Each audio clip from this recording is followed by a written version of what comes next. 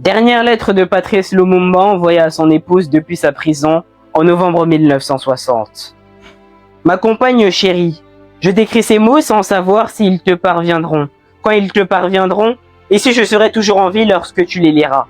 Tout le long de ma lutte pour l'indépendance de mon pays, je n'ai jamais douté un seul instant du triomphe final de la cause sacrée à laquelle mes compagnons et moi avons consacré toute notre vie.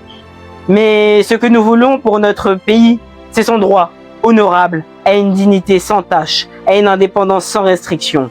Le colonialisme belge et ses alliés occidentaux qui ont trouvé des soutiens directs et indirects, délibérés et non délibérés, parmi certains hauts fonctionnaires des Nations Unies, cette organisation en qui nous avons placé toute notre confiance lorsque nous avons fait appel à son assistance, ne l'ont jamais voulu. Ils ont corrompu certains de nos compatriotes, ils en ont acheté d'autres, ils ont contribué à déformer la vérité, à souiller notre indépendance. Que puis-je dire d'autre?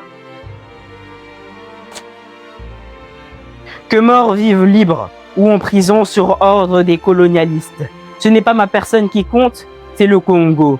C'est notre pauvre peuple dont on a transformé l'indépendance en une cage d'où l'on nous regarde d'en haut, tantôt avec compassion bénévole, tantôt avec joie et plaisir. Ma foi reste inébranlable. Je sais et je sens du fond de moi-même que tôt ou tard, mon peuple se débarrassera de tous ses ennemis intérieurs et extérieurs, qu'il se lèvera comme un seul homme pour dire non au colonialisme dégradant et honteux, pour reprendre sa dignité sous un soleil pur. Nous ne sommes pas seuls. L'Afrique, l'Asie et les peuples libres et libérés de tous les coins du monde se trouveront toujours aux côtés des millions de Congolais qui n'abandonneront la lutte que le jour où il n'y aura plus de colonisateurs et leur mesquinerie dans notre pays.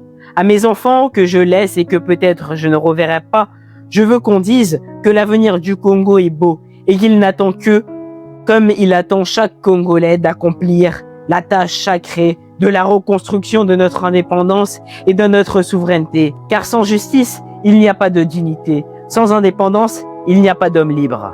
Ni brutalité, ni sévices, ni torture ne m'ont jamais emmené à demander la grâce. Car je préfère mourir la tête haute, la foi inébranlable, la confiance profonde dans la destinée de mon pays, plutôt que de vivre dans la soumission et le mépris des principes sacrés. L'histoire dira un jour sans mots, mais ça ne sera pas l'histoire qu'on enseignera aux Nations Unies, à Washington, à Paris ou à Bruxelles, mais celle qu'on enseignera dans les pays affranchis du colonialisme et ses fantoches. L'Afrique écrira sa propre histoire et elle sera du nord au sud du Sahara, une histoire de gloire, de dignité.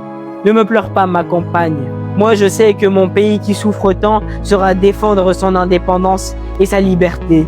Vive le Congo, vive l'Afrique. Patrice.